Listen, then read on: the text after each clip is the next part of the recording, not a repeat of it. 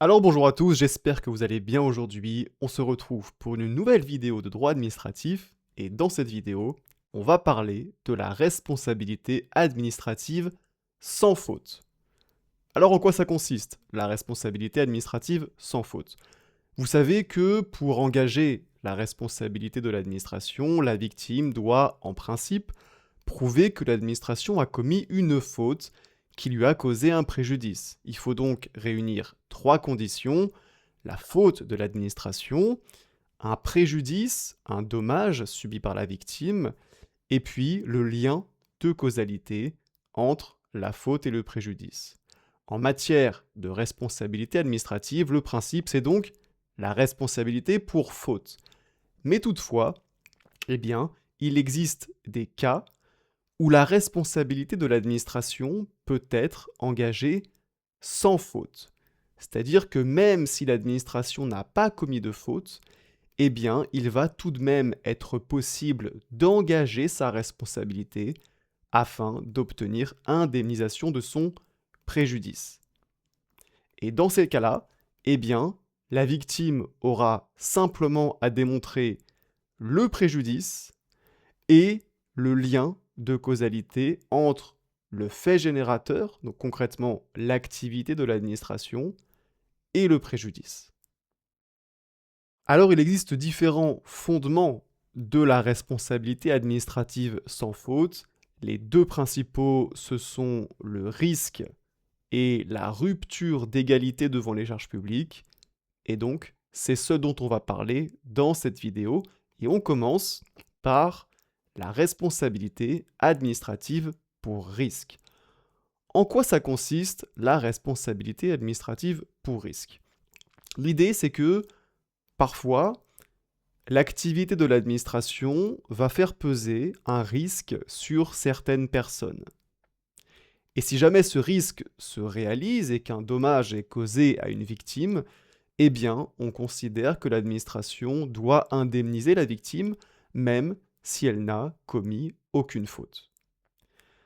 Cette responsabilité administrative pour risque, elle recouvre deux hypothèses distinctes.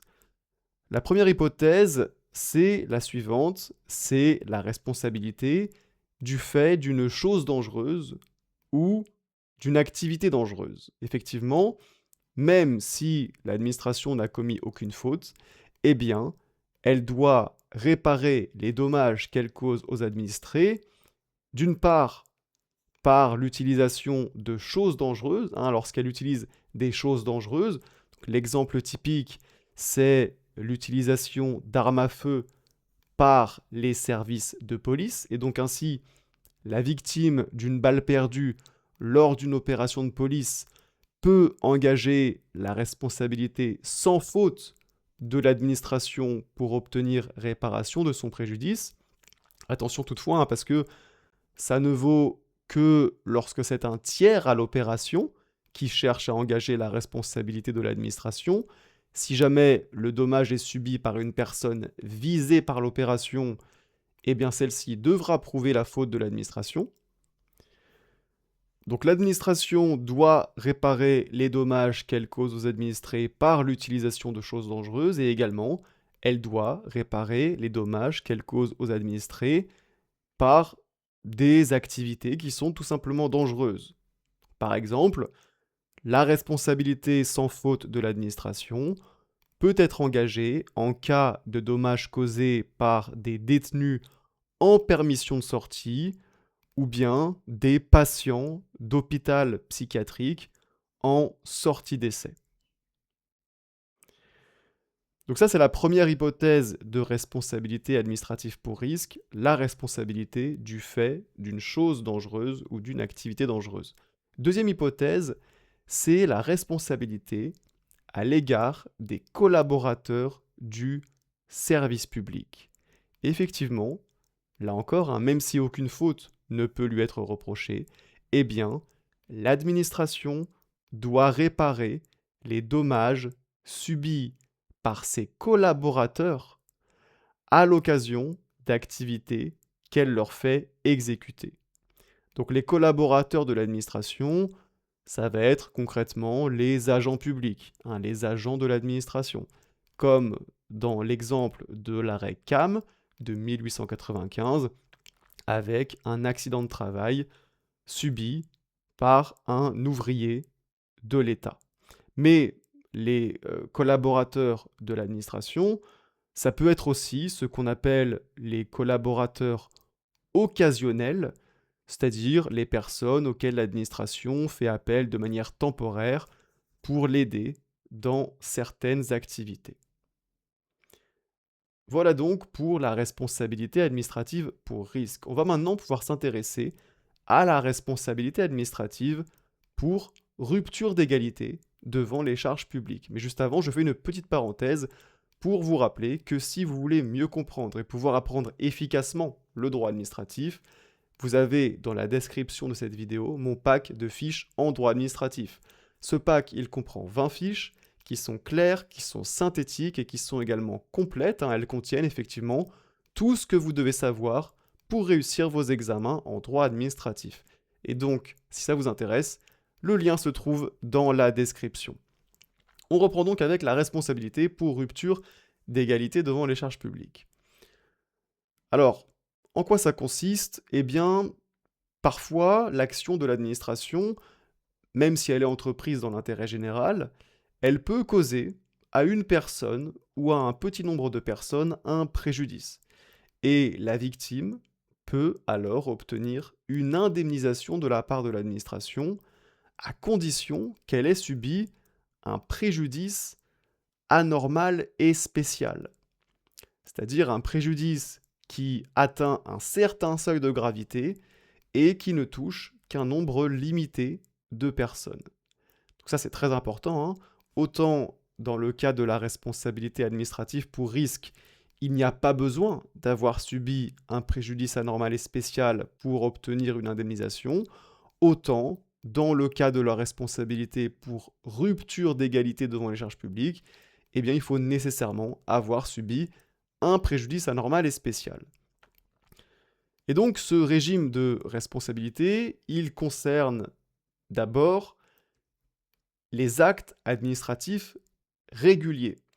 Effectivement, même lorsque l'administration prend un acte qui est parfaitement légal, eh bien cet acte, il peut toutefois causer un préjudice à une personne. Et si le préjudice est anormal et spécial, la victime pourra alors engager la responsabilité de l'administration pour rupture d'égalité devant les charges publiques. Alors, l'acte administratif à l'origine du préjudice, ce sera généralement un acte individuel. Donc, je vous ai mis un exemple. La décision d'une commune d'exercer son droit de préemption sur un immeuble, puis de renoncer à exercer ce droit, cause un préjudice anormal et spécial à une société qui souhaitait réaliser des investissements importants sur ce terrain. Mais l'acte à l'origine du préjudice, ça peut aussi être, de manière plus rare, un règlement, par exemple, un règlement modifiant les conditions de circulation des poids lourds, ce qui entraîne la disparition de la clientèle d'un relais routier. Ok? Donc ce régime de responsabilité pour rupture d'égalité devant les charges publiques, il concerne d'abord les actes administratifs réguliers, mais également il concerne les lois. Et oui, la responsabilité de l'État peut être engagée du fait d'une loi si cette loi cause à une personne un préjudice anormal et spécial. Et donc ici, on peut citer l'exemple de l'arrêt Lafleurette de 1938. Dans cette affaire, on avait une loi relative à la protection des produits laitiers qui interdisait la fabrication et le commerce de produits destinés aux mêmes usages que la crème et qui ne provenaient pas exclusivement du lait. Et donc en conséquence, la société Lafleurette avait été contrainte de cesser la fabrication et la commercialisation de l'une de ses spécialités. Et étant la seule touchée par cette mesure, eh bien, elle avait pu engager la responsabilité de l'État afin d'obtenir réparation de son préjudice. Et puis enfin, la responsabilité pour rupture d'égalité devant les charges publiques, ça concerne aussi les conventions internationales, puisqu'en effet, la responsabilité de l'État peut également être engagée du fait d'une convention internationale conclue par la France, si jamais cette convention internationale cause à une personne un préjudice anormal et spécial, comme l'a jugé le Conseil d'État dans son arrêt Compagnie Générale d'Énergie Radioélectrique de 1966. Voilà, sur ce, cette vidéo est maintenant terminée. J'espère qu'elle vous aura été utile. Si c'est le cas, n'oubliez pas de mettre un petit like. C'est très important, ça m'aide beaucoup à faire connaître mon travail à plus de monde. Et sur ce, eh bien, on se dit à très bientôt pour une prochaine vidéo.